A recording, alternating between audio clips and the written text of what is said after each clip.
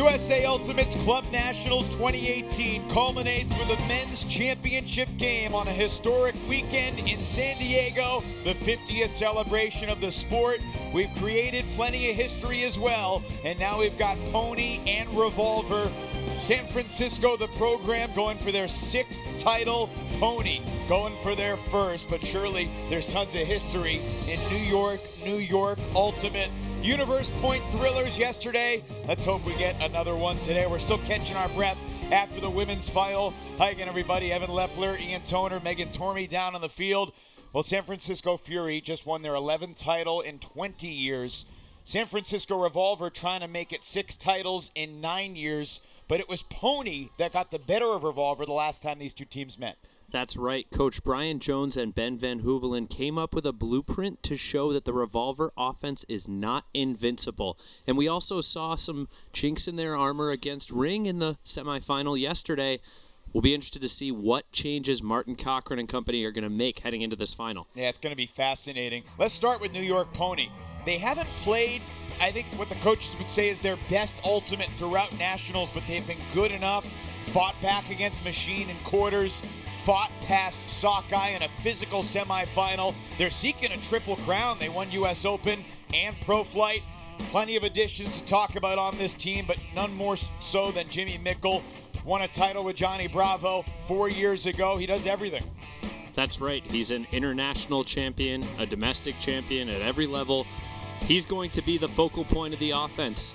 Revolver's going to have to pick their poison. Do they want to force him under and make him a thrower? Do they want to force him out and make him a receiver? He can do both. We saw Sean Keegan alongside Mickle. I know you think he's going to be really important today as well.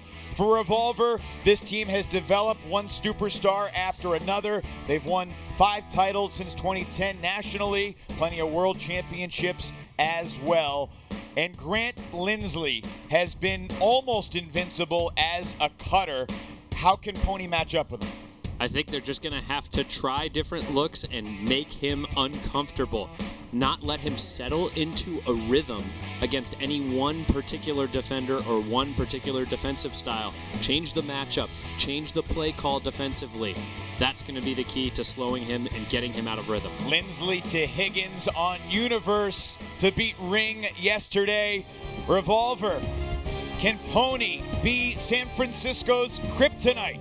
We'll find out. PoNY and Revolver for the men's final.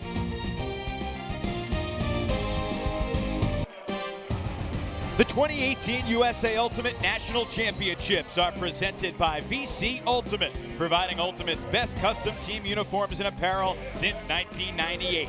Visit VC Ultimate on the web at vcultimate.com. And by Discraft, the official disc of USA Ultimate, now available at Midwest Meyer stores and over 2,000 retailers nationwide.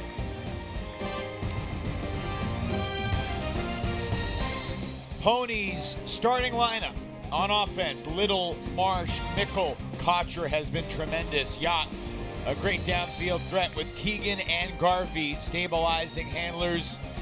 Ben Van Hoevelen and Brian Jones leading this PoNY team against a Revolver squad with Gaval Cox, John Stubbs, Lou Cohen, Childs Walker, and the tall, lanky Nathan White for Martin Cochran and Mike Payne.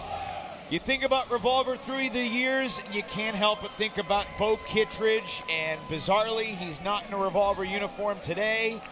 It's poetic that he's wearing white, playing for PoNY. Megan? That's right, Evan. He has been such a productive part of Revolver's decorated history, and now he finds himself staring down his former teammates. Now, Revolver knows him well. They might be able to game plan enough to minimize what he does on the field, but the amount of knowledge and experience Bo has brought to PoNY is something they can't plan for. It's still jarring we talked about the cognitive dissonance of seeing Serge Griffith playing for Fury, to see Bo in PoNY white. He's playing a role that he hasn't really played before. He's basically just a role player on the D-line, but his experience, as Megan said, is invaluable.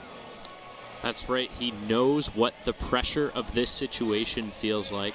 And if he's going out there matching up against some of the downfield cutters on Revolver, he's practiced against, played with, called offensive strings with these guys for years. his insider knowledge is something that, while Revolver has certainly adapted and grown and evolved, can't be overlooked.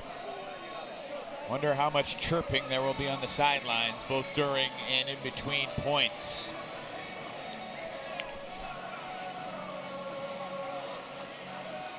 Bo announced he was not going to play for Revolver in an article published on Sky Magazine's website. He hadn't told really anyone on Revolver that he was not going to play with the team when he posted it. Quick Scuba to get the throwing started. Mickle to Kocher. Two guys that played against Revolver in the World Championship final in Ohio, playing with Australia's Colony. Christian Johnson on Sam Little. And with a stall count rising, he sends Keegan, who elevates in the end zone, beating Childs Walker deep for the opening score. PoNY strikes fast. Yeah, Evan, I think Sean Keegan is going to be the X factor for this PoNY offense. If he's clicking and he has a turnover-free or near turnover-free performance, the way he distributes and adds dynamism to this offense, it's really game-changing, for lack of a better term. If he's struggling to connect, if he has some execution errors, I think that's going to spell trouble for the PoNY offense, more so than any other player that gets a lot of touches for PoNY. On Thursday morning, PoNY's tournament began against Rhino from Oregon, and it was not a smooth start for PoNY. Keegan, who's been battling an injury, did not warm up or play in that game, and afterwards Brian Jones talked about how they don't really have someone who can do what he does to insert in there on the O-line. That's right. He's so versatile in that you can start him as the central handler, the guy you center to off the pull. You can start him as the initiating cut, and then providing that huge throwing threat after the turnover, making Jimmy Mickle a viable receiver even when he's really, really deep. There's just so much that he can do, and so much chemistry that he has with those other handlers when he's weaving in and out of the front of the stack. Who do you think Bo Kittredge is going to match up with?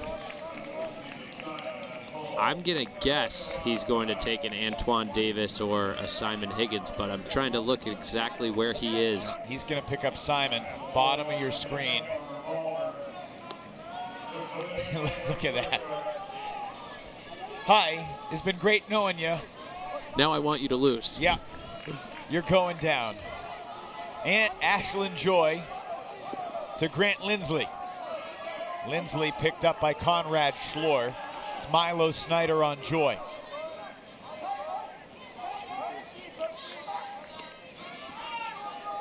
Alex Latamadas, another player from the Australian team Colony, who's really had a smooth transition into the USA Ultimate Series, been a key defensive handler for PoNYs on Sanchez downfield. Ashlyn Joy pivots to Lindsley. And there's the first block of the game.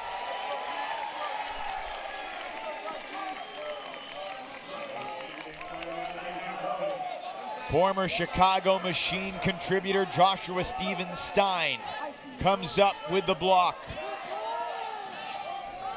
Ben Katz has had a big year, completes it to the bidding Milo Snyder.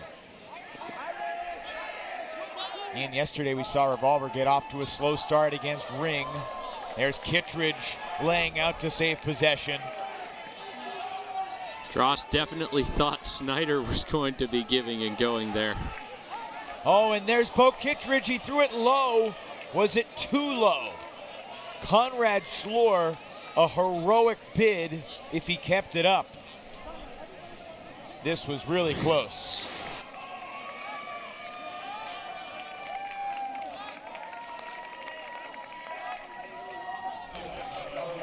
They do call it up. Am I crazy, or is that reminiscent of Bo's final throw in 2016? You're not crazy. That's the first thought that came to my mind. There's a pick. George Stubbs back up.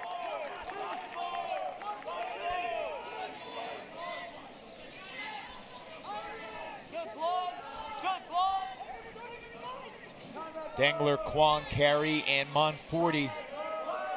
The 4 in orange for this men's championship game. Revolver dispatching double wide in the finals a year ago. In a game that frankly wasn't all that close or competitive. Expect this one to be much tighter. Alex Latamatos. Resets to Katz.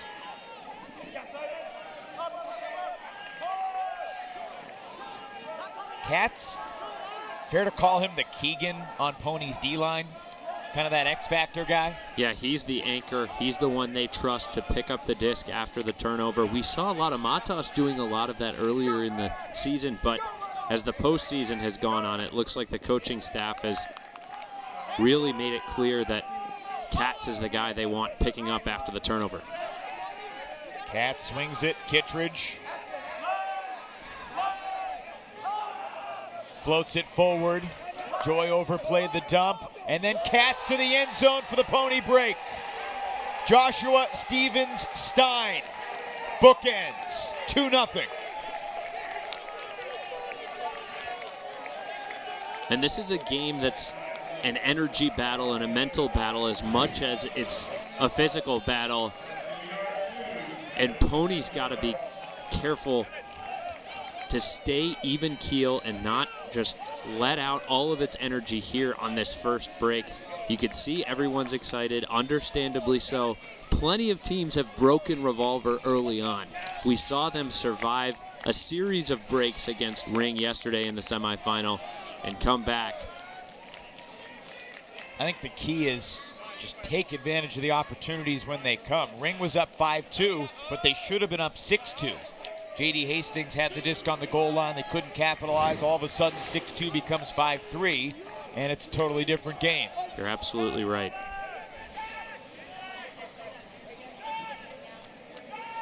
Jimmy Mickle, Sean Keegan, Harper Garvey, and other key members of the PoNY O-line continuing to rest up. John Wodatch getting ready to pull. And that's a good sign for this PoNY coaching staff because we saw when PoNY was still struggling to get into form in pool play, they had to pull so many players over earlier in the game than they really wanted to. Jimmy Mickle was pulling a lot of double duty. Sam Little was crossing over. And that's just more mileage that's eating on these guys. Ashland Joy shaken up. By the way, I think Muck Kuzmowicz is excited to play in his first national title game. I think he was running his NFL Combine 40 time or his 70 time covering that pull. Shot out of a cannon, and Joy got stepped on there, it looked like.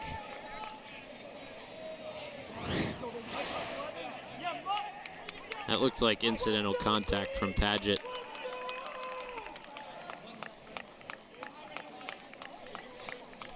Glad Ashland's okay. You wouldn't want him to get knocked out of this game, and it would create a whole cloud over the game. Right. Jordan Marcy needs help, gets it to Lindsley.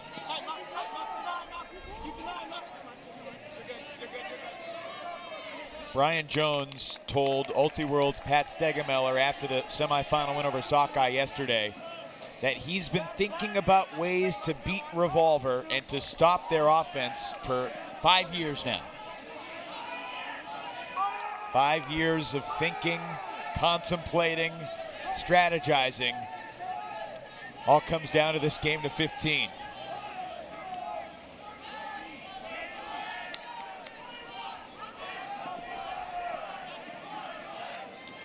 Joy lasers it, and then Marcy finds Lindsley across midfield.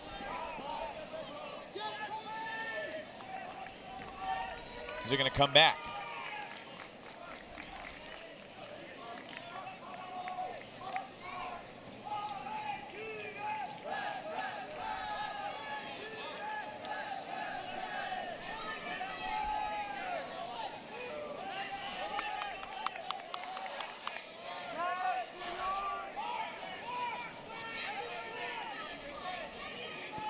Kuzmowicz happens to be the longest tenured member of PoNY in his 8th season. Shares that distinction with Milo Snyder.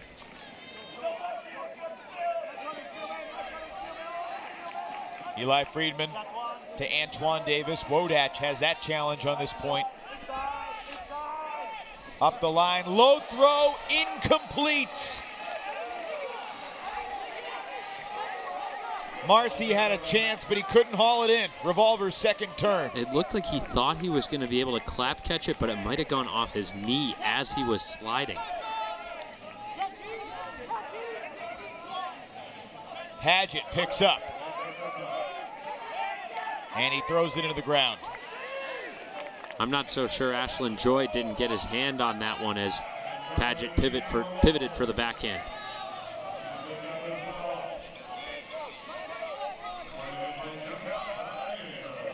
Joy on the goal line.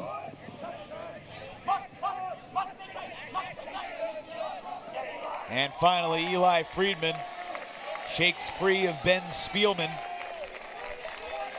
2-1, PoNY leads.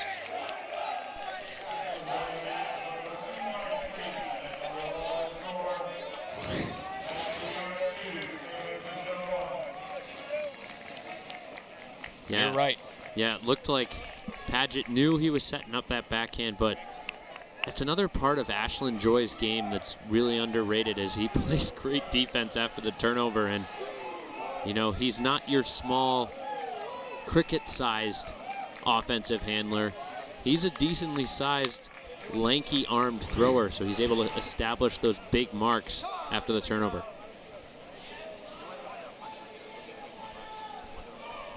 PoNY 1 of 2 on break chances early.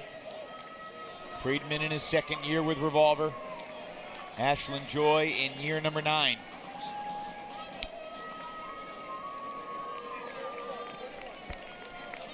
Revolver, a smooth ride through pool play.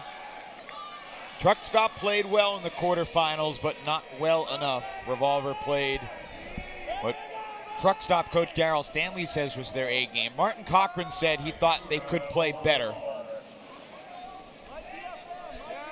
Certainly didn't play their A game in the semifinals yesterday, but again, it was good enough. Ring let too many opportunities sail by, and really it was Revolver's depth in the second half that allowed San Francisco to create the cushion. Ring got back into it late, but Revolver was in control in the second half, it felt like, because of their depth.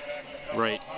I know we're supposed to be journalists and maintain objectivity, but your heart has to go out to those Ring guys. Garvey shooting it, and that has been an issue for him.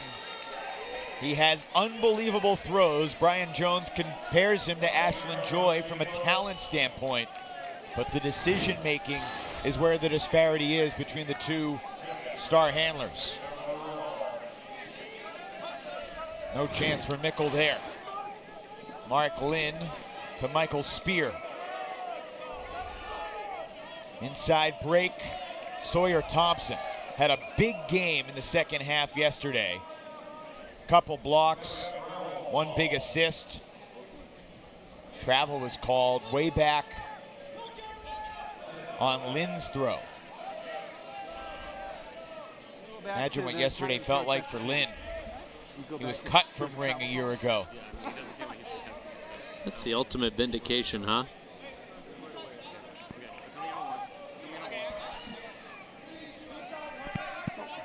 And validation of your own skill. Thompson.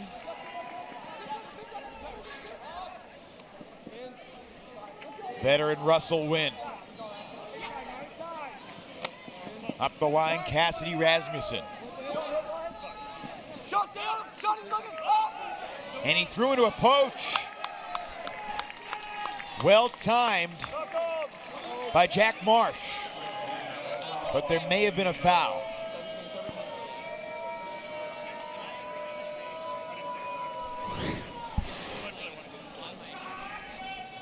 So I can see what Eli Kearns is saying. Sean's right hand, Keegan's right hand, did get on Kearns' torso. I don't think. Let's listen in here. Jack, get in there first.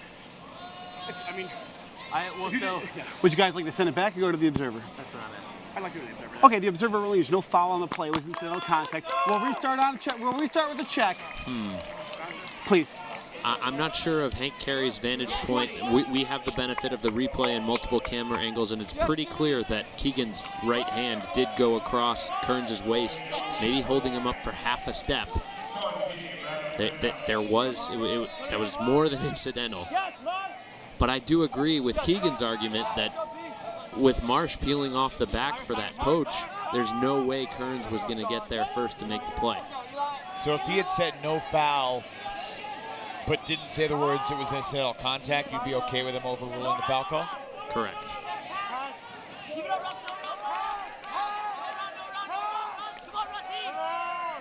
Mickle to Ben Yacht, who unleashes. Keegan going deep again. You talked about his versatility.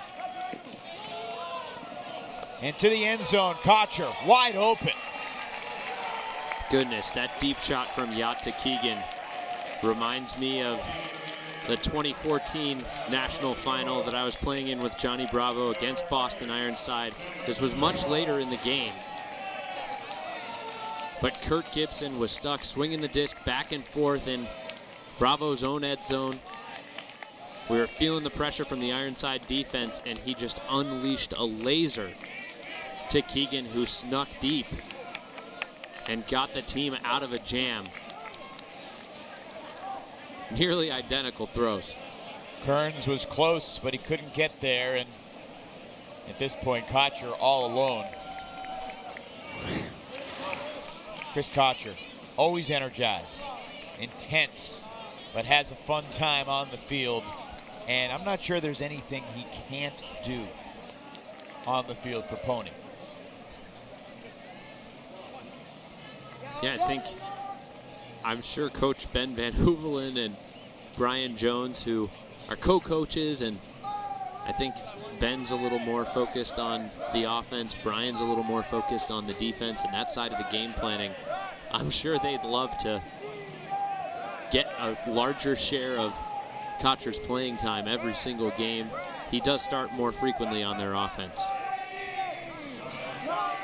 Steven Stein on the pull. Friedman, Joy, Schlockett, Sanchez, Stubbs, Lindsley, and Davis for Revolver. Stubbs fires into traffic. And Kittredge was guarding Marcelo Sanchez, but kept his eye on the thrower and peeled off as soon as he saw the deep shot to Lindsley setting up. Credit Bo with the block. And then he collides with his great friend, former roommate, Ashlyn Choi. To think about the number of times those two have gone to the track together, have sat on the couch eating cereal together. Played Settlers of Catan together. And now going against one another and an awkward collision. I don't think it's a card. I was thinking time. They gave Ashlyn Joy the card, despite Bo Kittredge saying, I don't think that's a card.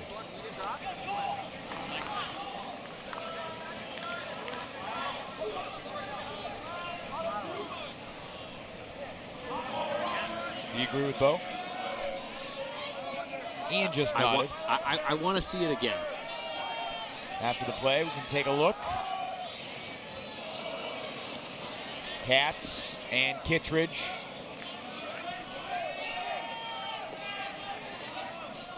Latamanos.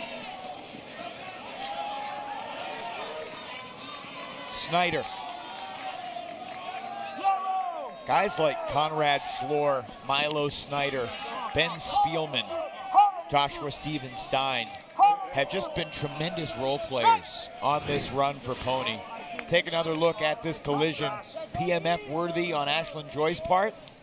Not PMF, and that was a blue call, so I think blue card, so TMF. I think it's a technical. Or TMF. Yeah, and it's. I haven't made a decision yet. Keep us posted. Ashlyn Joy intercepts the floaty throw.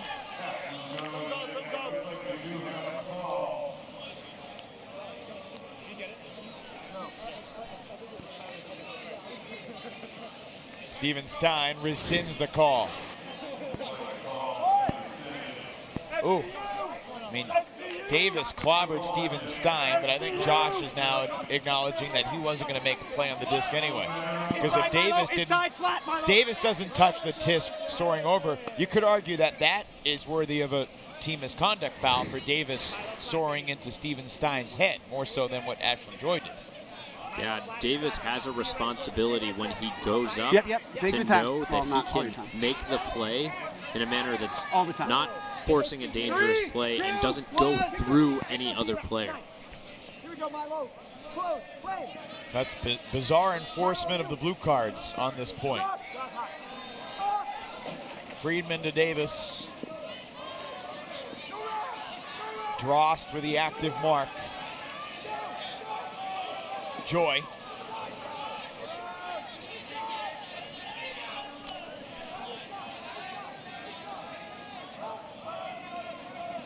Flockett comes back to it.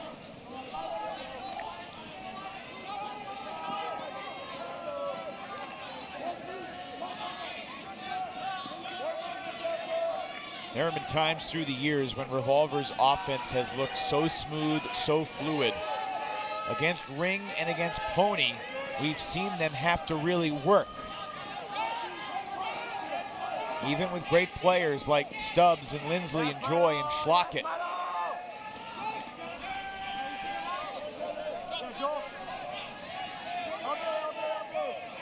Over to Joel. To the end zone for the leaping Friedman. That's a hold to get Revolver back within one.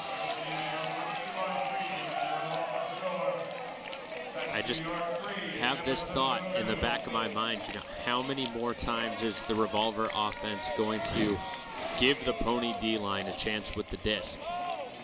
I know it's early. I know we've seen multiple breaks against the Revolver offense in other games, but I just can't help but wonder, are we going to come back to that as a key, crucial, missed opportunity for PoNY when we look back on this game later on?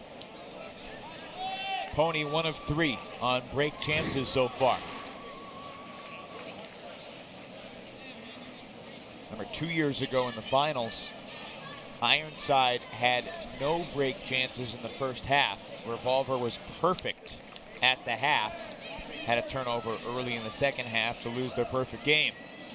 Nickel, Yacht, Isaac Saul, steady reset handler with Sam Little. Harper Garvey out there as well. Yeah. Along with Keegan, Kocher. Yeah, the end of that perfect game is quite the story. Jack Hatchett now playing with Dig, who was a leader and defensive standout on Ironside on their run to that championship. He went to Josh McCarthy at halftime and he said, hey, I think I can take Grant. I know his cutting style. I know his speed. I know his patterns. And what does he do on the first point matching up against him? Gets a block. It's great coaching by Josh McCarthy.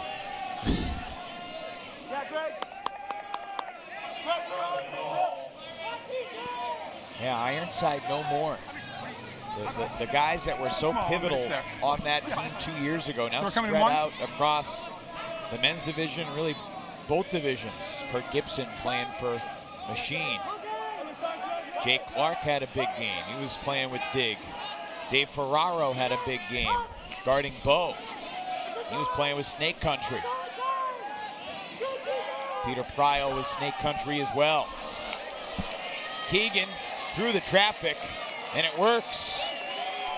Isaac Saul, you've got yourself a goal in the national championship game.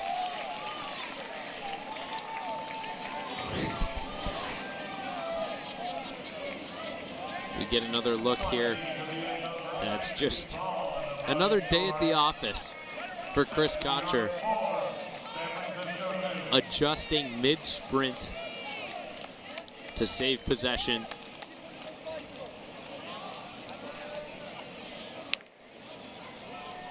Mr. Yacht, Ben Yachtstad, has been a great presence on the sidelines. He's driven his RV across the country here to watch Ben play, and they're going to go up the coast with a great trip afterwards. But I could sure he was holding his breath and maybe even screaming when that throw from Ben went up.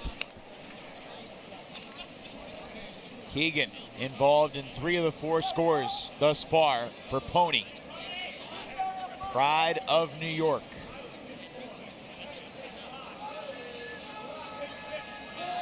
See Brian Jones backpedaling off the line.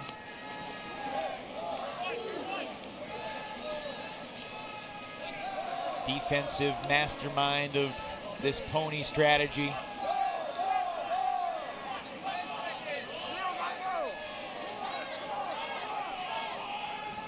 Still not crossing any of the big guns over. Nickel and Kocher, Yacht all on the sidelines.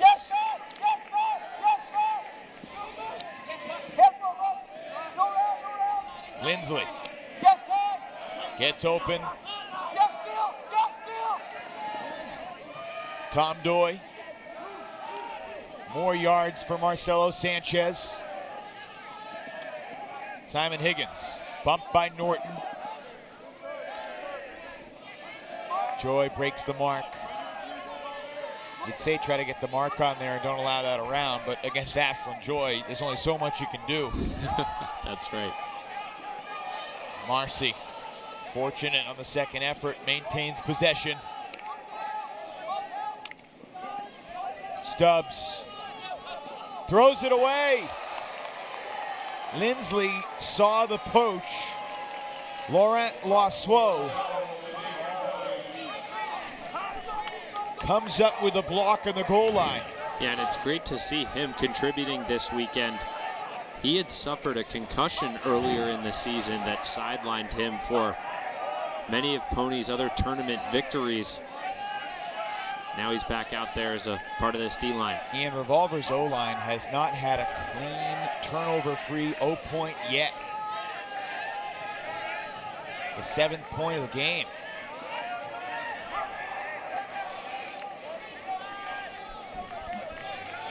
And how much will that matter if New York can't improve? What are you at? No, it's good to stay here. Okay. No, there's a pick call downfield. Oh, yep. Coming to one.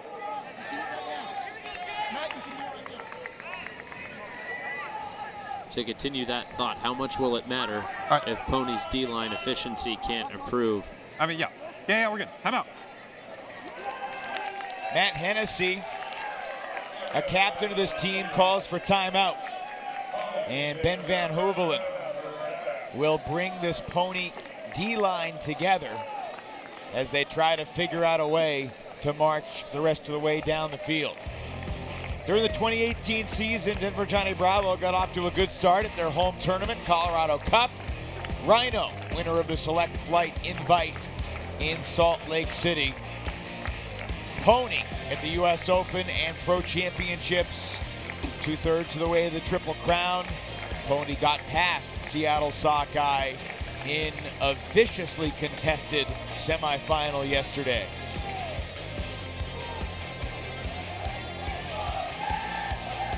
The 2018 season commemorates the 50th anniversary of the invention of Ultimate in Maplewood, New Jersey, and yesterday a parade of some of the great teams of all time on the track here in San Diego.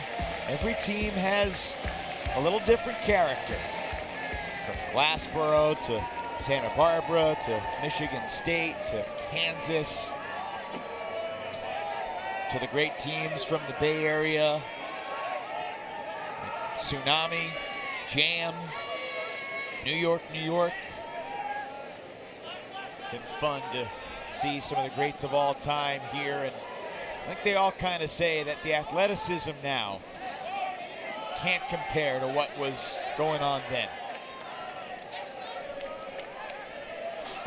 Oh goodness, Kevin Norton had a lane and he could not execute the throw.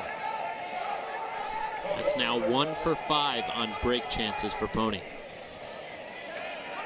Lindsley to Higgins. There's Doy, fires. And that is a block. Second of the point for Loiseau.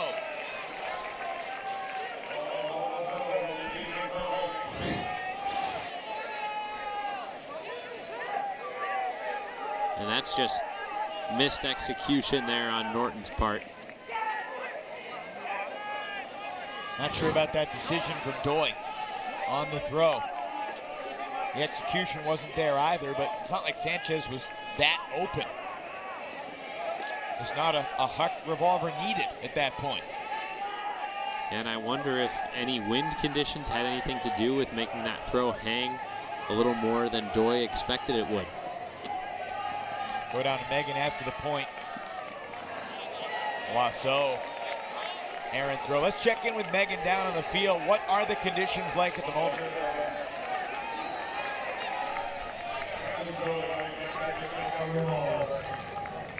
I'll check in with Megan in a bit.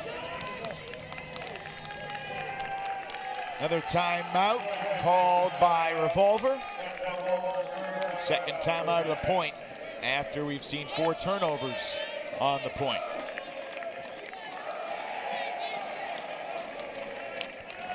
Now we've got Megan down on the field. What are the conditions like down there? You know, Evan, it's really not enough to account for some of the throws that we have seen. As earlier, we see some gusts.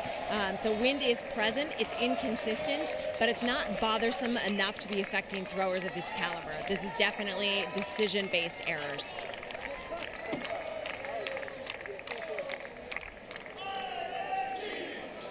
I don't know about you, Ian, but I really can't remember seeing the Revolver offense struggle like this. You know what I do remember is the Pro Championships. But I know you had some other things going on that weekend. I had the game on, listening to you and Sean on my phone as we packed up the hospital room 2 days after my daughter was born. Yes, I was watching. And even still, let's say I don't remember Revolver's offense struggling like this at Nationals. Okay. And yet we saw it yesterday, so there's something going on. And again, Ashlyn Joy's first throw through the hands of Sanchez.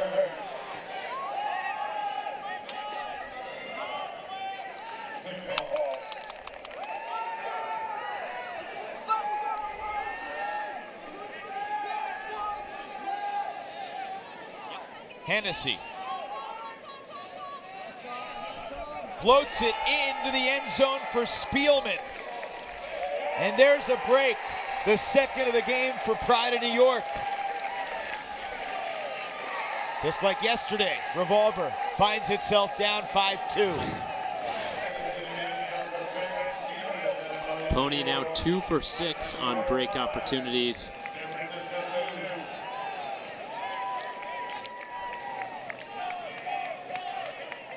And like you pointed out, Evan, some of these throws are just flat out execution errors that we are not accustomed to seeing from greats like Ashlyn Joy or Grant Lindsley. Spielman's been playing really well. And Hennessy taking on a leadership role for this team. He texted me yesterday asking if he was the first Wake Forest male player to play in the national championship game. I can't say for sure, but he certainly beat me to the punch. I think he is the first. Danielle Walsh for AMP, a national champion from Wake Forest University as well. PoNY now 2 of 6.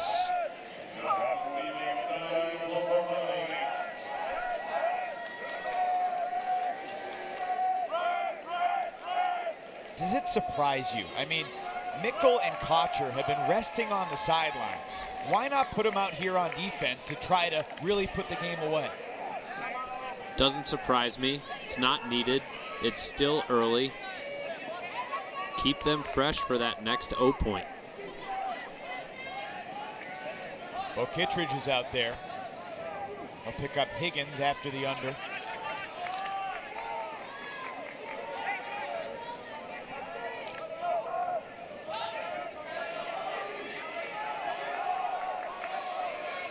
Schlocken.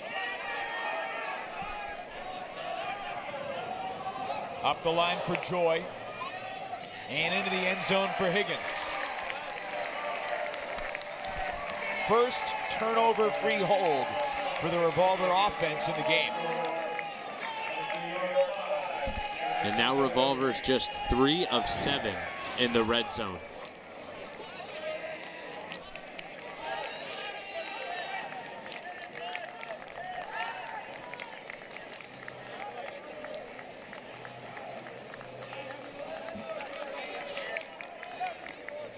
And I think we've seen a couple points of man-to-man defense from this PoNY defense. I wouldn't be surprised if a little later in the half or coming out of the second half, Brian Jones starts digging into his playbook and pulling out some of his zony, junky, poachy, junk to transition to man looks to make the Revolver offense think even more. Couple assists for Ashlyn Joy.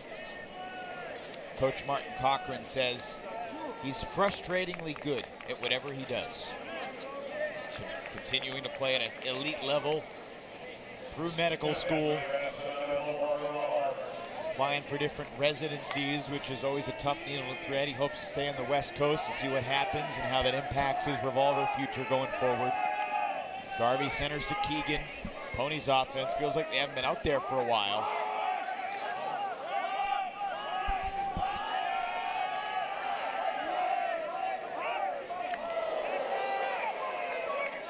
Near the sideline, Kocher keeps it in bounds. Rasmussen on the mark.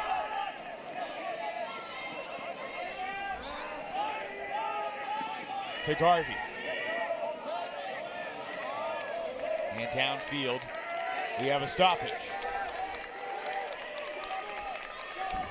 Come in one.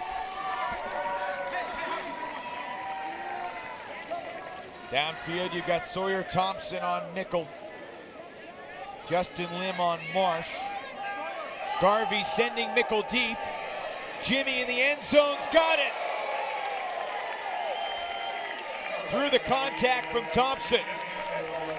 Mickle hauls it in for PoNY.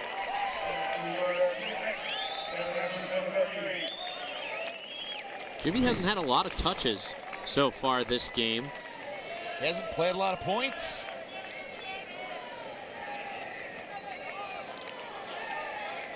And you can see the incidental contact there from Sawyer Thompson. I think he started to fall. Yeah, as he was sprinting, he planted on Mickle's plant foot that he was using to jump. Gosh, and Jimmy's just so deadly. He's 30 yards deep in the stack there. And just decides, hey, I'm going to take, 1 or 2 steps in on the break side and I'm going to go. I don't care what's going on in the rest of the offense. When you're guarding someone like Lindsley or someone like Mickle, it's about picking your poison. You're not going to shut them down completely. Do you want to make them a thrower or a cutter? What are your thoughts from what you've seen from Jimmy Mickle this weekend?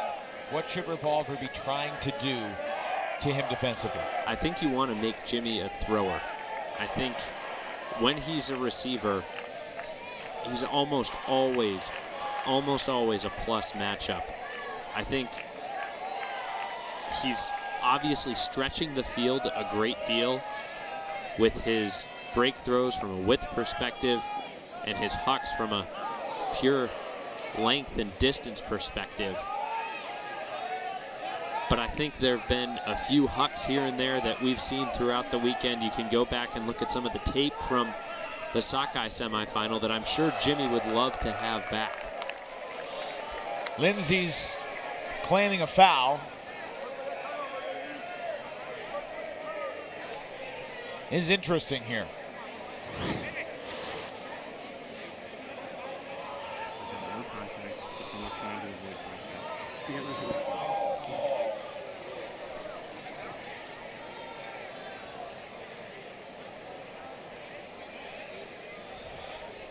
Certainly not clear contact as Lindsley dropped the disc. He's screaming directly at me in my line. I'm thinking, okay, personal Frito takes over catching this disc. I move out of the way.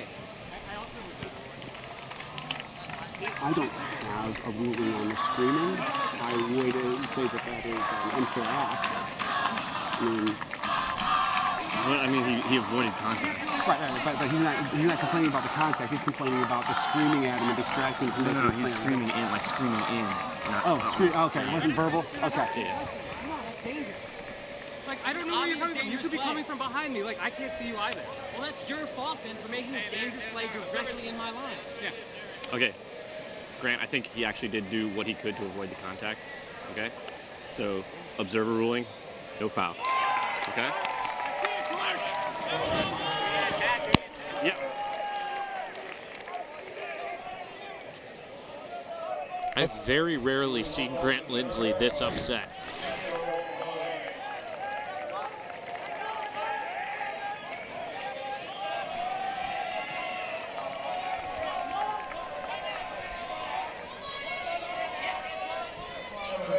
Evan, Ian, the tension from that play spilled over onto the sideline as members from PoNY and Revolver also engaged in very tense conversation about the implications of that rule and whether or not it was a dangerous play. A unique situation for sure. We're good. You don't usually see someone call a dangerous play when there was no contact. Lamar, laser, did he catch it? This was close. A pick was called though. That looked like a grab at full speed live action. Kuzmowicz back into the stack. And I'm out of here.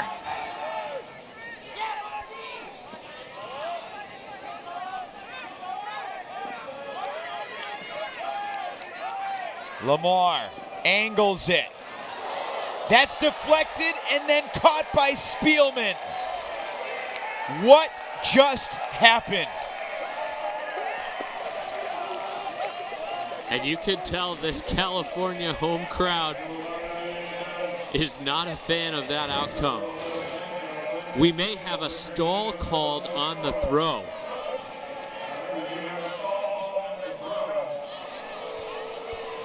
There is a signal for a stall. Let's see if it stands. Are we coming here? The ruling, stall, here. Hey, whoa, guys. Hey. Hold the position. Sorry. I also need language, okay?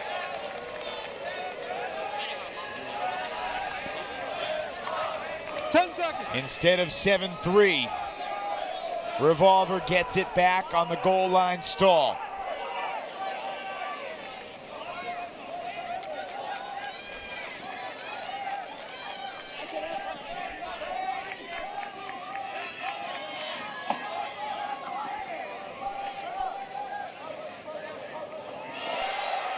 There's a drop from Sanchez at midfield.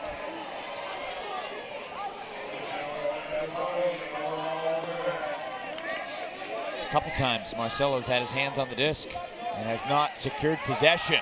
His throwers haven't done him any favors. Now it's 7-3, Spielman to Wodach. PoNY rolling here in the final.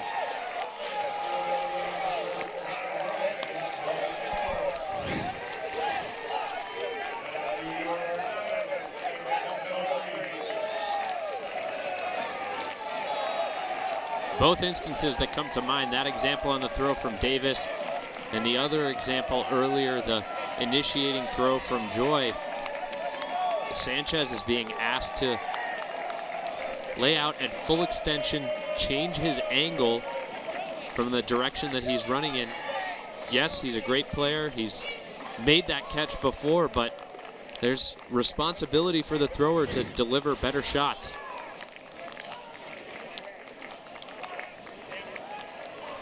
So we talked about how Brian Jones, PoNY defensive coach, has thought about how to stop Revolver's offense for 5 years. What are you seeing PoNY do defensively And how much is it PoNY's defense versus Revolver's offense being in a funk?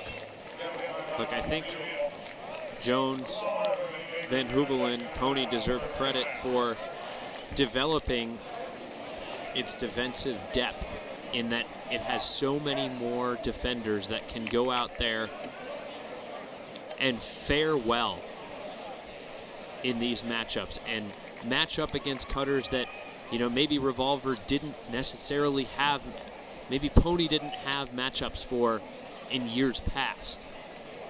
I'm not seeing anything crazy from a scheme perspective, you know, a new defense I haven't seen PoNY throw before. I'm also seeing just a lot of missed execution from Revolver, which is really uncharacteristic, and it's hard to pinpoint what is causing that at the moment.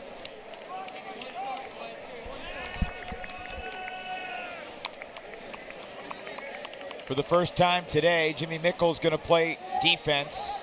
Chris Kocher out there as well, with PoNY looking to break and take half. Bo Kittredge on this D-line too. It's 3 members of last year's USA World Games traveling team, 3 of the 7. Mickle, Kocher, and Kittredge. George Stubbs on the other end line for Revolver, but no Grant Lindsley and no Nick Stewart, who's been battling a couple different nagging injuries. We haven't seen him much here in the final. Ashlyn Joy, one of the alternates of the World Games team that won gold in Poland last year for USA. Here's Stubbs, a captain. Davis, marked by Mickle. And there's Higgins.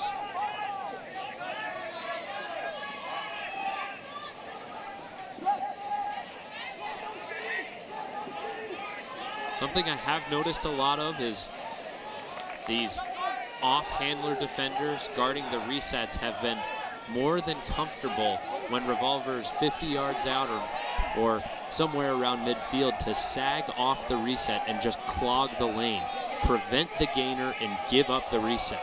Davis for Higgins. Got it.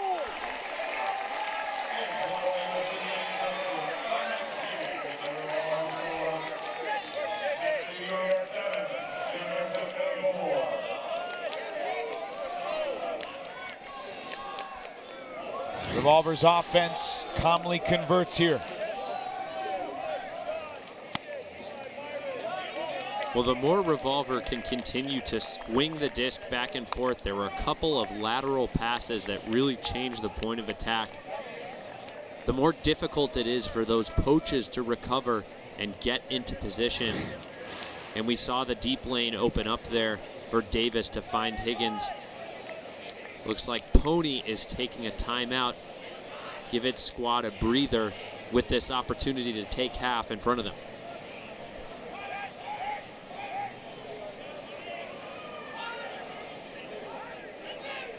So Higgins with 2 of Revolver's 4 goals.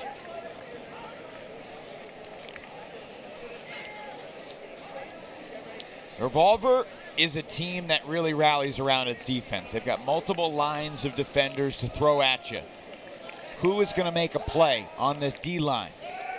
You got Byron Liu out there. You got Nick Stewart on the line. Christian Johnson, Eli Kearns, Cassidy Rasmussen, Julian Childs Walker.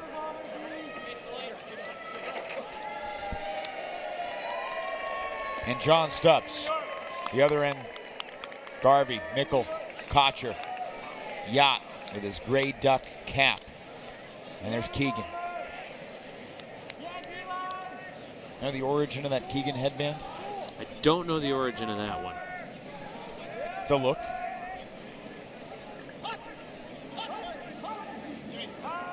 Veteran of many big games, fiery player.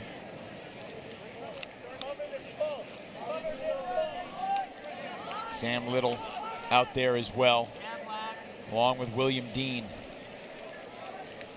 William Dean, the Farraker nominee from PoNY, but Grant Lindsley winning the Farraker Award in 2018.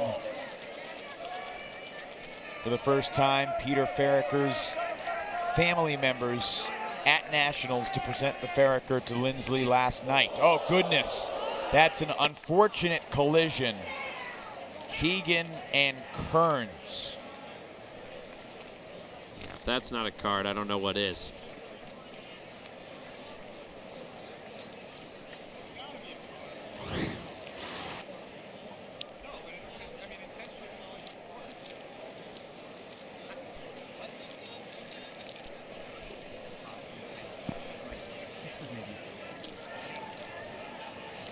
Hey, we're good. We're good.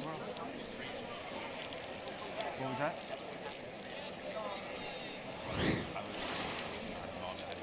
It looks like Kearns slipped. Hey, Mitch. Yeah.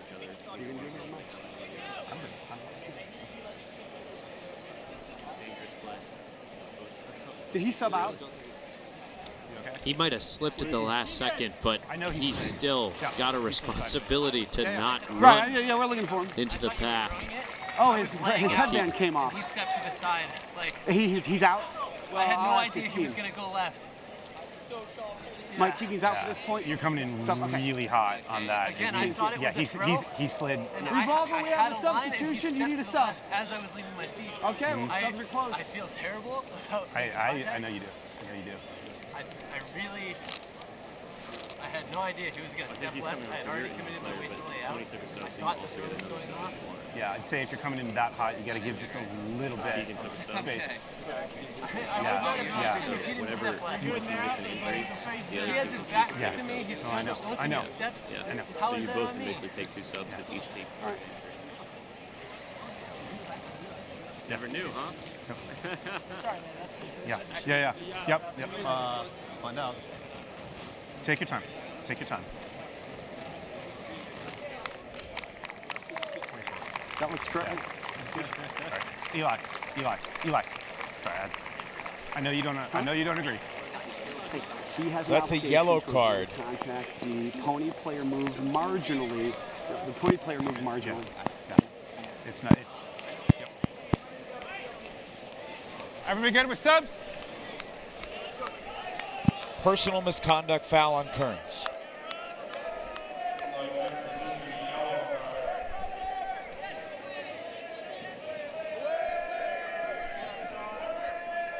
So if Kearns incurs another personal misconduct foul over the course of this game, he would be ejected. Long stoppage. Meanwhile, PoNY trying to take it to half.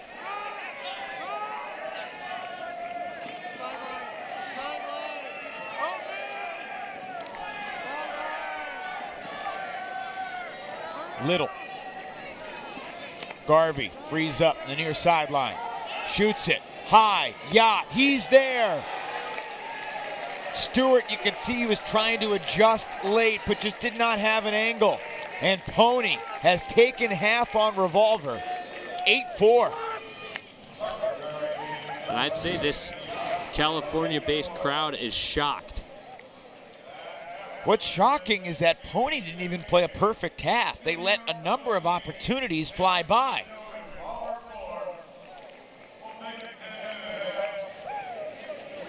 And on this shot here, you're going to see Yacht take off, and as the disc is up,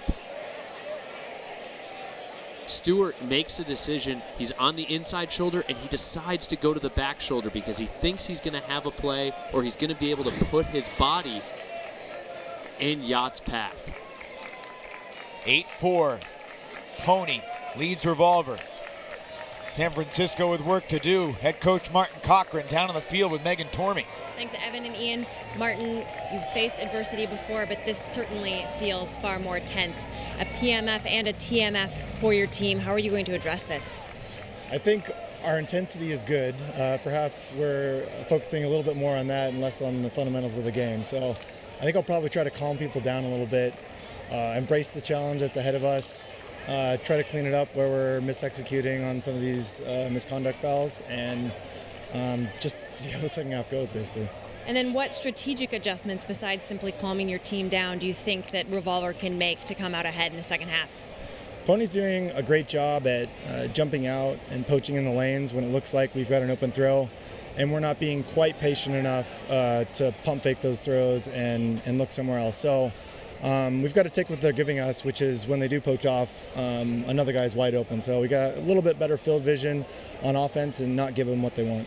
Lastly, how does it feel to see Bo Kittredge playing for the other team, and do you think this has any impact on the team morale? Bo's my best friend, so it's fun to see him out there, and I love competing against him. We were already talking trash before the game. I don't think it has too much effect on the team. I think we love Bo, and we're excited to see him playing against us and excited to compete against him. All right, well, thanks for your time. Good luck in the second half. Thank you. Back to you, Evan and Ian. Thank you, Megan. Revolver's going to dig deep, but PoNY's halfway to a national championship. 8-4 at the break.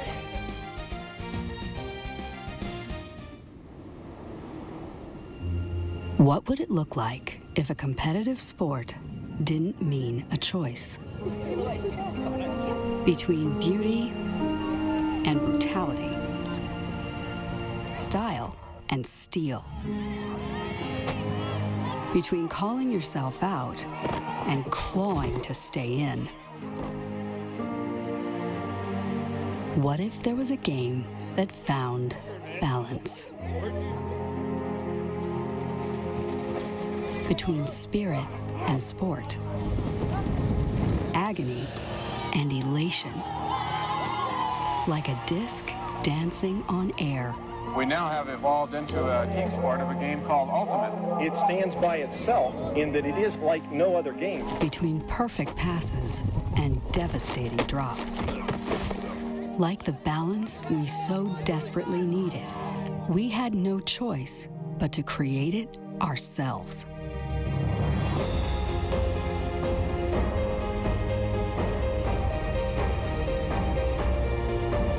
Long live grit and grace.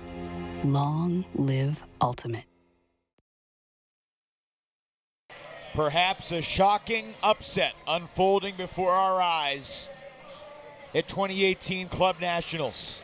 The third seed, Pride of New York, leading San Francisco Revolver. And let's face it, PoNY has beaten Revolver this year. So that's not what's totally shocking about what we're seeing. It's how Revolver is struggling in a number of different ways that don't have seemingly all that much to do with what PoNY's done. We were talking here in the commercial break. This is just a bizarre game so far. We're seeing their great throwers miss simple throws that they would normally be completing under other circumstances. We're seeing PoNY miss a mountain of break opportunities and still have an 8-4 lead. We've seen normally calm, level-headed players losing their cool. I don't understand what's unfolding on the field here.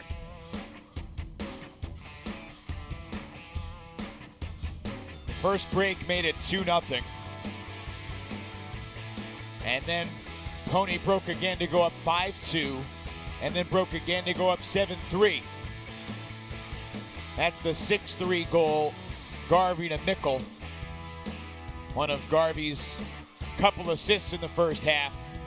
Wodak catches the toss from Spielman, and then this sequence, Keegan slides a little to his left, but Kearns just bulldozes him. Keegan takes a sub, Kearns gets a yellow card, and PoNY takes it to half, 8-4. Harper Garvey missed a deep shot earlier, but this mid-range look connecting with Ben Yacht. Revolver is certainly not done. But what kind of second half do we have in store? We'll find out. Welcome back to Mira Mesa High School, where we are rounding out 2018 Club National Championships. With the final, currently PoNY over Revolver 8-4. I am joined by head coach Ben Van Hoevelen, who's going to talk to us a little bit about PoNY's strategy. PoNY, walking into this today, has been thinking about this game for a long time. What exactly went into developing this game plan that has given you the advantage so far? Oh, it was a pretty simple game plan on one level, which was, we have a particular set of tactics that we like to use against Revolver side stack that worked well in a previous meeting, so it was to do that. And then the other thing was we just really committed to, as soon as our defensive offense got the ball, just to throw as many passes as possible. And we didn't really care about scoring in the first half. We just wanted to throw a lot of passes and wear them down and keep landing body blows and tee them up for the second. How do you prepare the team for this stage? PoNY hasn't made it to the finals in a while. Tell me, how did you prepare everyone for this kind of experience? Well, there are a lot of individuals on the team who have played on big stages like this, so it's not a totally new experience. That's one thing that helps. Another thing that helps is just love. We spent a lot of time together as a team, a lot of good time becoming great friends and expressing to each other what we appreciate about the experience that we're having together and what we appreciate about each other. That creates a really tight emotional bond that makes it easy to trust your teammates on the field, even in big moments like this. This weekend we have seen big leads diminish before the team's eyes. How are you going to keep PoNY on point in the second half? Oh, we'll try to make it exciting. No, I'm kidding. Look, Revolver's a great team. I saw them come back yesterday. We expect the pressure to rise. One of the great things about our team is that this season, as the pressure has gone up, our team has responded and played better. Coming out of half, I think it's all about just keeping our foot on the accelerator, sticking with our defensive game plan, and continuing to play within ourselves on offense. They're going to bring more pressure than they did in the first half. I think we're going to respond well, but that's why we play the game. We'll see. All right, well, thanks for your thoughts. Go be with your team. Stay with us. The exciting half coming up shortly.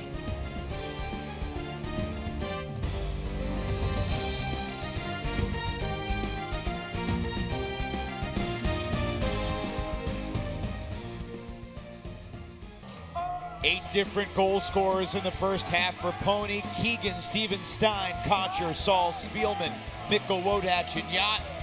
You see the break chances. PoNY 3 of 8, Revolver only one chance. San Francisco could not convert. Revolver will begin on offense to start the second half. Last time a team from New York won the national title, final score was 21-13. Give you a sense of the different era that it was. That was 1993, the final victory for the great New York, New York. Evan Lepler, Ian Toner, Megan Tormey with you from San Diego on the 50th anniversary celebration of the sport.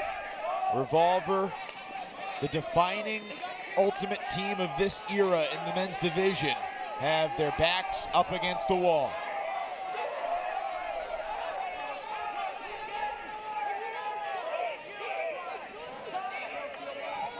Davis takes off. Kittredge was ready to go with him. And now Kittredge switches on to Schlockett, who catches the underneath at midfield. Bo and Joel, longtime friends as well. Now a dispute on the mark.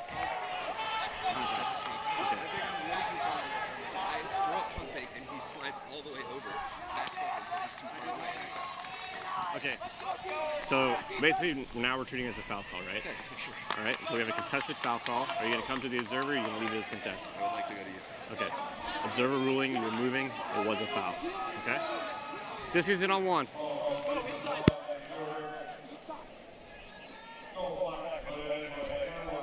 The contentiousness is fascinating. I think observer Jonathan Monforti got that one right. Goodness. Looked like Marcy just cut off his cut, and Stubbs threw it right to PoNY.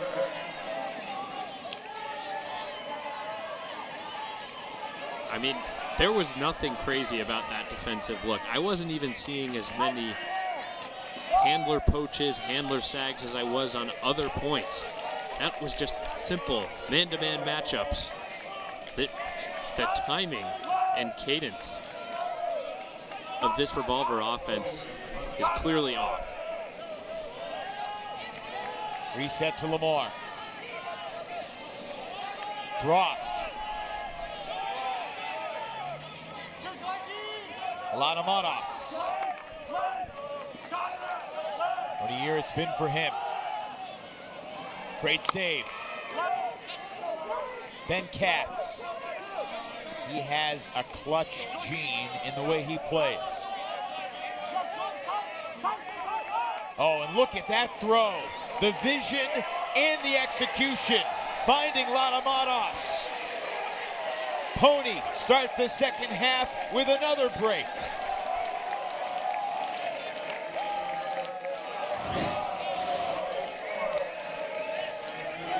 So you see Stubbs looking downfield. I'm not sure if he thought Marcy was going to attack in the upline space or if he was potentially looking at Sanchez and got caught trying to hang on to a throw that he didn't mean to release, but I had never seen the Revolver offense this shaken, let alone in a national championship setting. You think back to the 2016 national championship game where there was such a clean first half and things devolved a little bit in the second half, but goodness, I've never seen this from the Revolver offense, especially in a game like this. Lanamanos, the 9th different goal scorer for PoNY. Bo Kittredge looking to add another notch to his belt. Some conversation before the tournament, I believe on Ulti-World's Deep Look podcast, about how a PoNY win over Revolver could add to Bo's legacy. And I think I agree with what Charlie Eisenhood and Keith Rayner said about how, look, Bo's legacy is secure.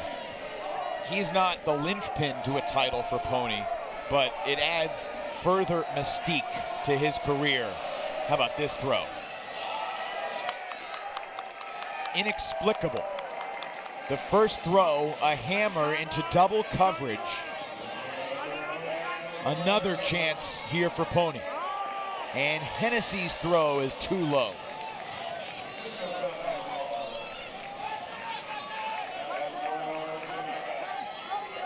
In the first half, Revolver had 9 turns to PoNY's 6. Right now, 11-7 in the turnover department. Lindsley up the line for Friedman.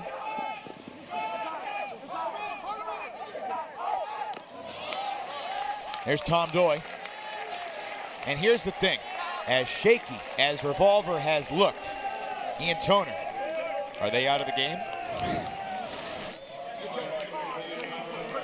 I'm never going to count Revolver out until it's, 14-2. The odds are stacked against them heavily.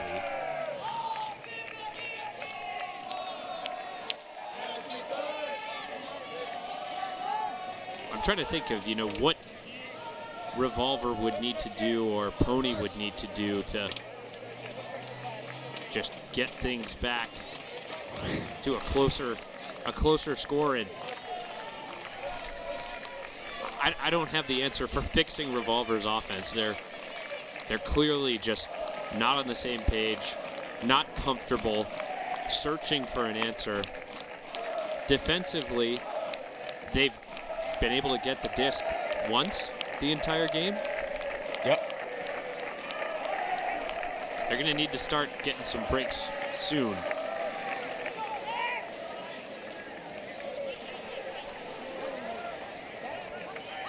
Nathan White on the pull. Keegan misread it. Looked like he lost it in the sun a little bit. You saw him putting his right hand up to try and block that sun. Tough grab by Mickle with his left hand. Now Byron Liu on the mark. Those two have had battles in the past. Yacht up the line for Little. How good has Sam Little been on this PoNY O-line? I think he's one of the most underrated players on this team, period, because both coaches can use him both ways in any scenario. He's a downfield workhorse for the offense. He takes a tough matchup for the D-line. Great catch by Keegan. Nickel calmly swings it, Garvey, and there's a call. Back to Little, 24-year-old University of Georgia product, formerly played with Chain Lightning.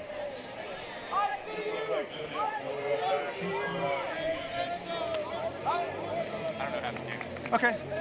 Right. So you got it right here. So what was the number you said? You said 3. Well, and then.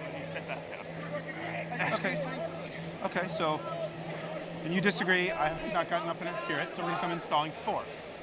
You said he was at 3. That's 4. It's probably better than what you just said. There you go. Well, no, that doesn't mean that. But yeah.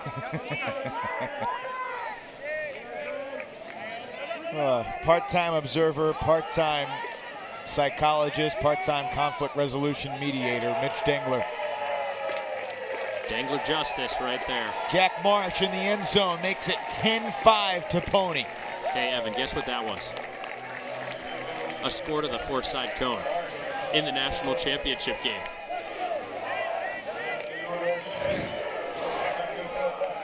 Let's take a look back at how this got started, and Mickle saving possession, full extension on that underneath shot from Garvey, and Jack Marsh just all alone to the front side, four-side cone. This is not a Revolver team performance that I have seen before. I'm trying to find other ways to articulate this. Jimmy Mickle has not been a dynamo in this game. He's been fine, he's been solid. He had the one great sky in the first half, but I don't think he's touched the disc nearly as much as we thought he would have to beat Revolver. I'd agree with that, and I would give Coach Ben Van Hoevelen tons of credit for developing trust throughout every single contributor on that offensive line. Isaac Saul able to come out and play an O-point and be a distributor. Bo Kittredge kind of hanging out like a snake in the grass here in the PoNY zone. He's the deep.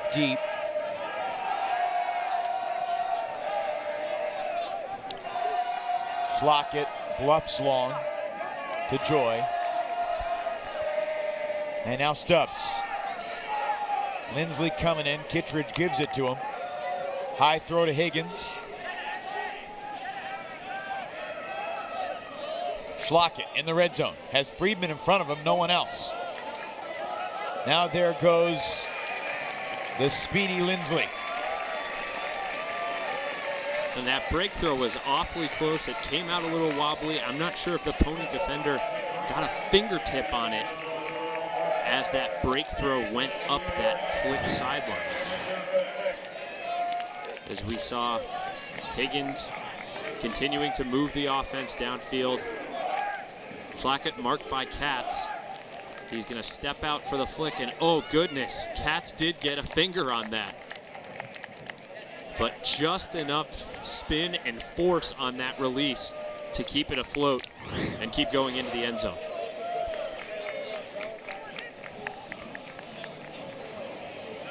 Just the first goal for Lindsley. Does not have an assist. Schlockett throwing a second score.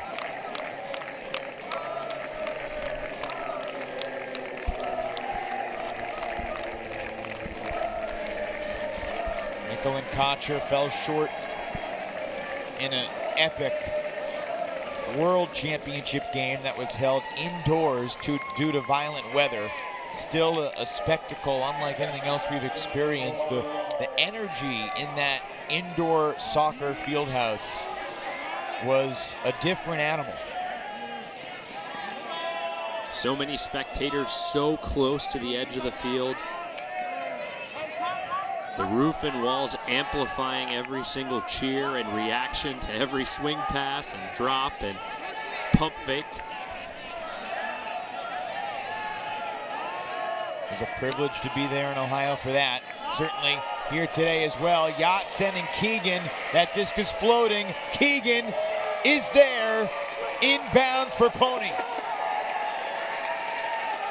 Ben Yacht, another dime ball.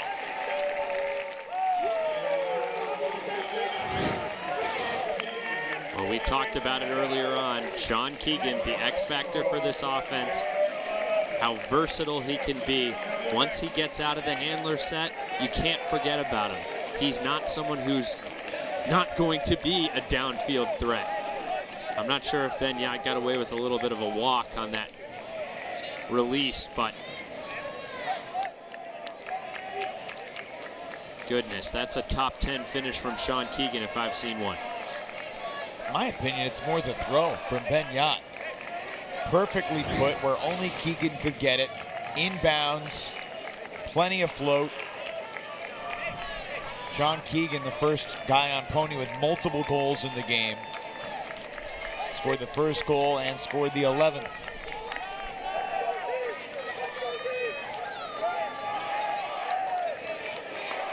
If Revolver's gonna make a move, it's gonna have to happen soon. One more look at this shot from Yacht.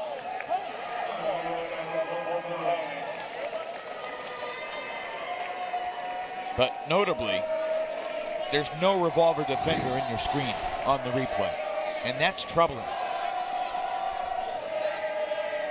It looked like Michael Spear was the closest defender at the back of the stack. I'm not sure if he knew he was the last back or was expecting more help over the top, but I agree with you. Again, we're seeing a zone defense. Oh, Spielman was approaching, but Sanchez gets there first. And now Higgins to Davis. And that's great control from Spielman to recognize that the only way he was going to make a play was by making a dangerous play and electing to pull up and not bid.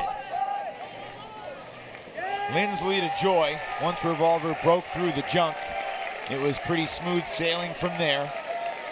That's 4 straight points that have been turnover free. The question is, can Revolver generate a break chance? They only have 1 break opportunity in the game. PoNY's O has been relatively untested in terms of having to play D. We were talking earlier about how versatile Grant Lindsley is as well. The number 2 on Revolver, excuse me, the number 10. And as lethal as his agility can be in the cutting lanes, he's a great thrower with great vision. And that inside flick sliced through the PoNY defensive set. And after that shot, the Revolver offense was off to the races for the rest of the field. Desperation time for Revolver. Lindsley out there on D. Rasmussen, Antoine Davis gets a deep point. The Childs Walker, Dahlman, Lou. Looks like John Stubbs as well. Yep, John Stubbs, not Childs Walker, excuse me. And Eli Friedman. Nickel begins this point as a handler. And for the first time in the game. It's been largely Keegan and Garvey in the backfield.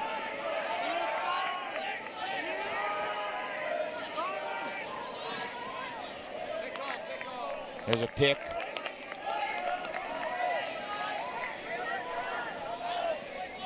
Everybody's ready.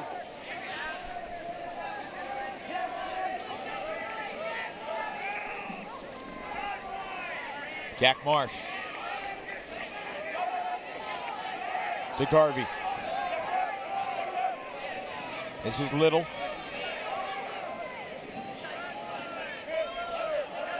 PoNY on point offensively.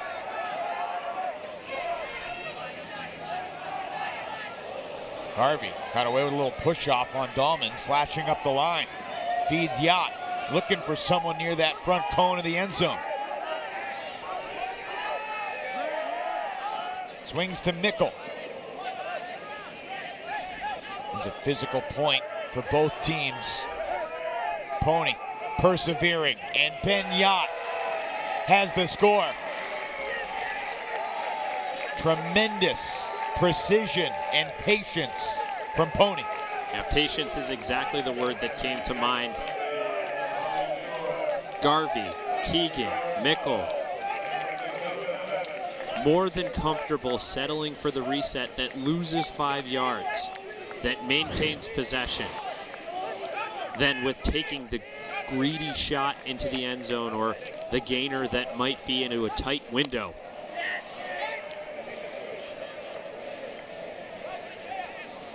Does PoNY look like a different team to you than the one that played Thursday and maybe even Friday? I think so. I think the biggest difference is their defensive intensity and how close and tight their man-to-man defense is. I think if you look back to their performance in pool play, as you were mentioning, we were talking with Coach Brian Jones after their loss to Johnny Bravo in pool play, and he said that he gave his coaching performance and his team's defensive performance a failing grade. They weren't focused. The defensive intensity wasn't ratcheted up enough. The players weren't ready to exert the effort needed. And that's not what we're seeing today, in combination with Revolver's really subpar offensive performance.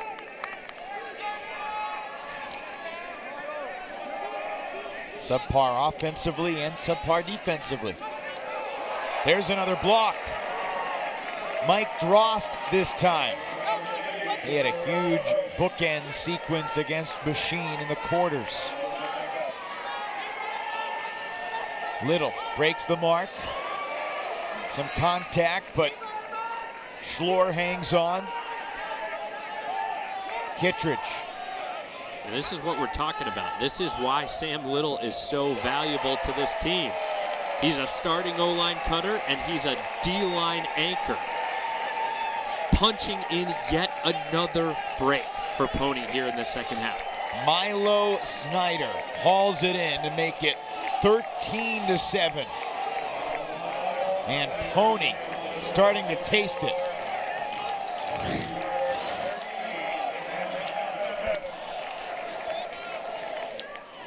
And Higgins had his eyes on Sanchez, but the opportunistic jump from Drost into the lane.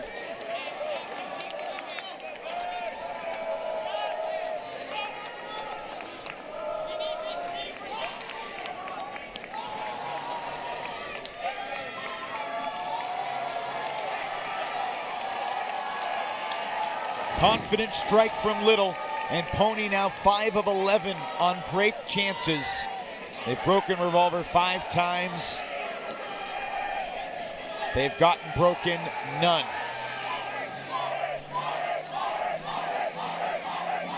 It's all coming together for New York.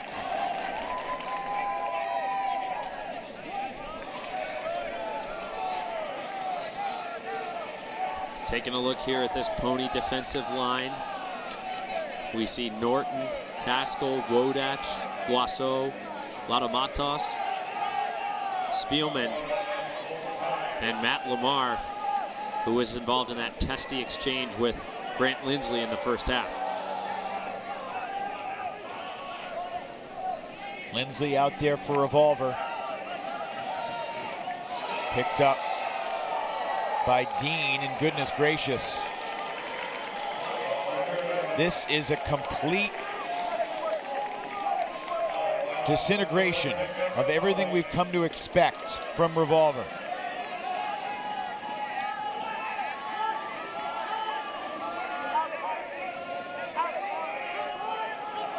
Latamatos over to Loiseau.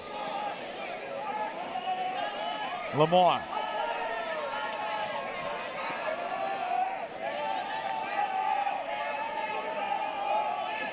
Here's Spielman. Can Revolver's O-line muster up energy to get a block when they desperately need it?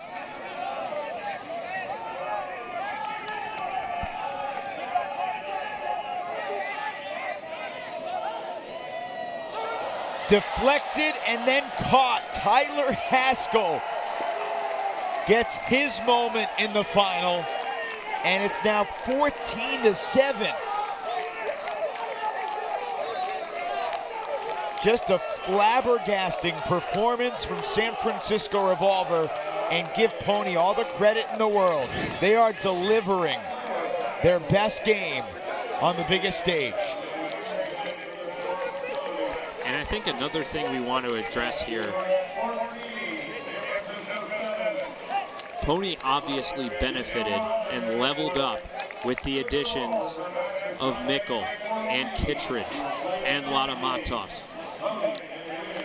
But it's not like the rest of the team didn't contribute. It's not like Mickle or Kittredge or Lada Matos put the team on its back in the final, and they were the only reason that PoNY won this game. No question. This is a team victory, and it's a team that's been building its identity and its depth all year long. Sure, there have been some moments where the superstars, Kotcher and Yacht and Mickle, have bailed them out with great grabs or heroic throws, but top to bottom, coach to 20 whatever man on the roster, everyone's had a role in their success this season. Think back to last year in Florida. Revolver and PoNY met in the quarterfinals. PoNY took a 1-0 lead. Revolver won 15-4.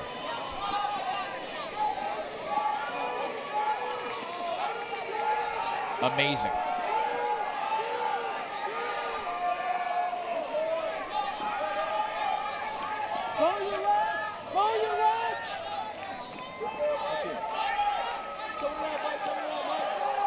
New York can finish this off. It'll be the first time since Chain Lightning won in 2009 that neither Revolver nor Kirk Gibson won the national title.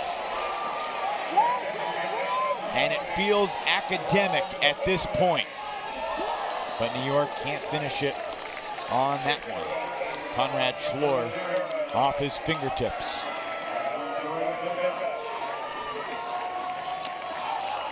PoNY's only turned it 8 times in the game. Antoine Davis, Bo Kittredge, out of bounds.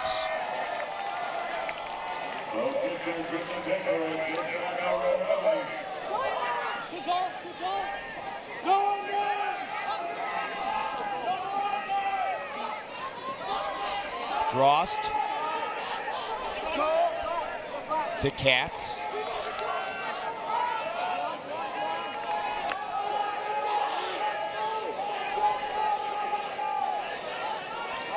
Kittredge on the under.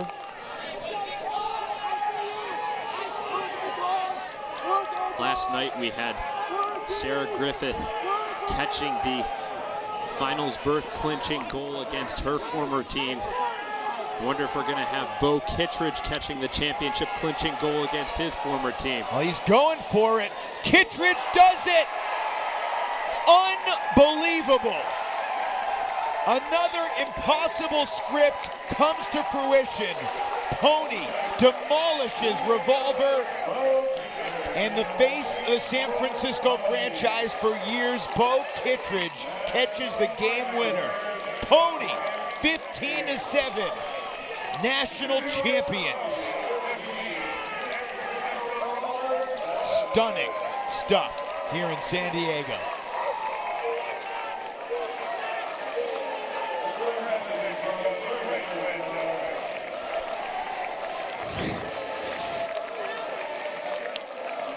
You could feel it coming. Well, after Muck's turnover on the first break chance at this point, PoNY a little more patient and a little more accurate, working up the field, resetting until this shot to Kittredge, which wasn't the most accurate and gave Joy a chance at making a play.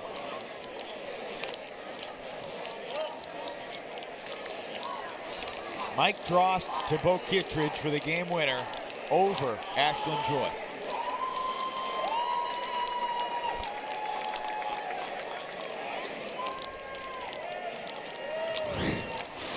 Tough way for Revolver's season to end, and PoNY wins its first national title.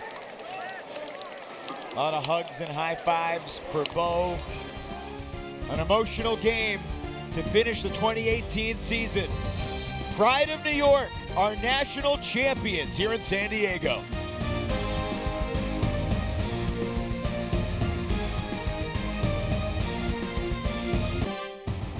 The 2018 USA Ultimate National Championships are presented by VC Ultimate, providing Ultimate's best custom team uniforms and apparel since 1998. Visit VC Ultimate on the web at vcultimate.com. And by Discraft, the official disc of USA Ultimate, now available at Midwest Meyer stores and over 2,000 retailers nationwide. A shocking result in several ways, but congratulations, big time, go out to Pride of New York, PoNY, 15-7 over Revolver. Bo Kittredge on the PoNY side of things, celebrating another title, standing by with Megan. Thanks so much, Evan. Bo, last year you were crowned a national champion wearing a Revolver jersey. This year you dashed Revolver's hope wearing a PoNY jersey. Yeah. What emotions are going through your mind right now? Honestly, a little disbelief. I didn't know if I was going to play. I was kind of hit with a really bad calf injury, and I just couldn't seem to beat it. I just kept pulling it over and over. I thought maybe my ultimate career was over. In fact, really, I think the reason I'm playing is there was an option. It said between Revolver and between PoNY on the USA Use sign-up sheet or sign in on the internet. And somebody must have known my password because I did not accept that. And I think I know who it was, but somebody went in and signed me up against my will. So I don't know if I should be mad or thankful, but so then I had to play. Wow, that is a fantastic piece of information. Having had so much experience playing on Revolver, what do you think was the secret to today's success? I think PoNY has kind of been, they've had the right mentality for a long time, or maybe they don't. I honestly don't know really much about them, but I know that when we put a few good pieces with them, every time we showed up at a field, they just went so hard. Training, they went hard. Like all the things that I think a good team should have, they had. I was really quite surprised. And then you add a few like world-class players like myself and Jimmy, and it's like all those guys just all of a sudden became like, they believed in themselves and they were able to do amazing things. So I think it's just having just a few missing pieces. What was the message in the huddle this morning that really got PoNY on the train that they rode the entire game? I think there was like how much work and how much time they had put in to I don't know how long PoNY's been around, but it's been around for a long time. And you could see the people talking who had been there from the beginning, and you could feel their passion and how much it meant to them to see this program go from nothing and build and build and build and build and finally have a chance to actually make their dreams come true. And it's amazing to see someone's dreams come true. Well, congratulations for being a part of that. Go be with your team, thanks for your time. Thank you. Thank you for ESPN for covering us. Yeah, absolutely. Back to you, Evan. A team that for a long time was known more for its Twitter account than its on-field success has a national championship now to brag about. Our play of the game, the second point of the game. A D from Joshua Steven-Stein, and then several game-saving bids to set up the game's first break. Yeah, this really set the tone for the PoNY D-line, the way their D-line offense was going to convert. You got to wonder if Steven-Stein's block on Lindsley's throw got in Lindsley's head a little bit early on, and then just pure effort and execution to save possession and convert the break the rest of the way. Play of the game brought to you by Discraft, home of the Ultra Star. I think many could have imagined 15-7 Revolver's way, but to see such a lopsided score and to see Revolver go down like that, it is historic. Credit to the program that Ben Van Hoevelen, Brian Jones, and many of the former players have been building over the years to get this team ready for this moment. They add Jimmy Mickle, they add Alex Latamados, mainstays like Jack Marsh and Muck Kuzmowicz, Matt Lamar. So many guys, so many years battling to win a national title, and PoNY gets the job done. It has been an amazing weekend here in San Diego. A privilege to be with you for the 50th anniversary celebration of the sport. It's been a great 50 years, and here's to 50 more. For Megan and Ian, I'm Evan saying so long from San Diego, where Mixtape falls short, Amp prevails in the mixed division, Brute Squad falls by 1, Fury takes it in women's, and in the men's division, PoNY for the first time, national champs. So long, everybody.